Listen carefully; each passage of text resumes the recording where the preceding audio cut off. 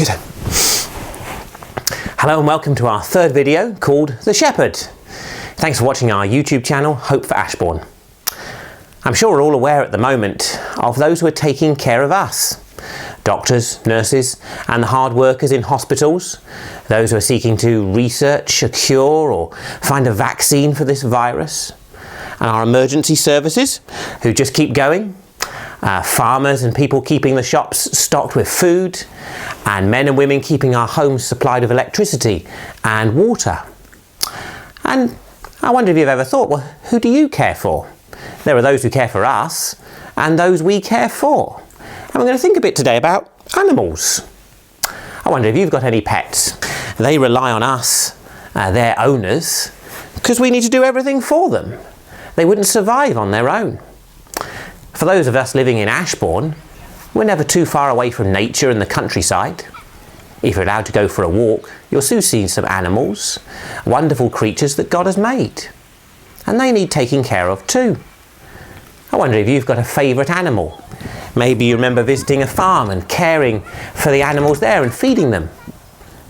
Well, in these videos, we've been turning to the Bible to find help and comfort in the book that God has given us.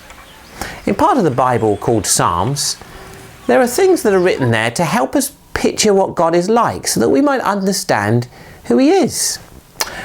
And today's one is the shepherd. In one of the most famous parts of the Bible, it says, "The Lord is my shepherd, I shall not be in want." Maybe you've heard that before. It was written by a man called David, and his job really was a shepherd. David took care of his flock of sheep, but who took care of David?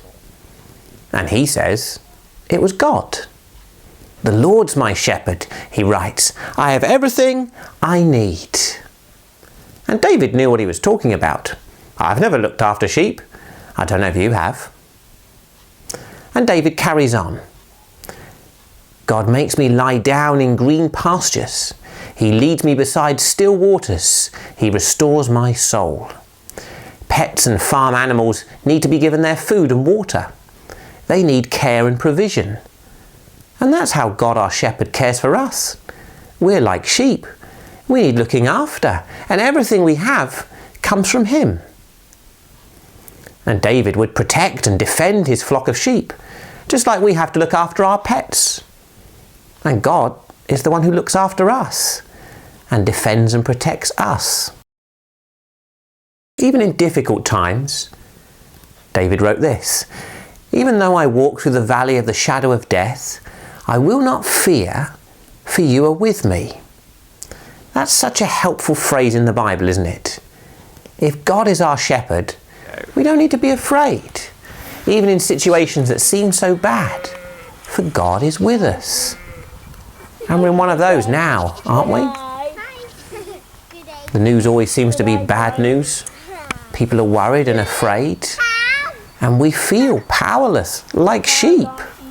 I can't fix this, and neither can you. And while we're thankful to those who do care for us, ultimately it's God, the only one who can be our shepherd.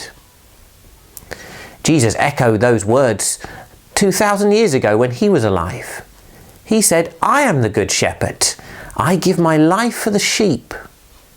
Jesus, who had been born, was God's own Son, so He could take up that same picture that God had used and say it was about Him. "I'm the good shepherd, and I give my life for the sheep." Jesus gave His life. He died for me, so that the wrong things I've done could be forgiven.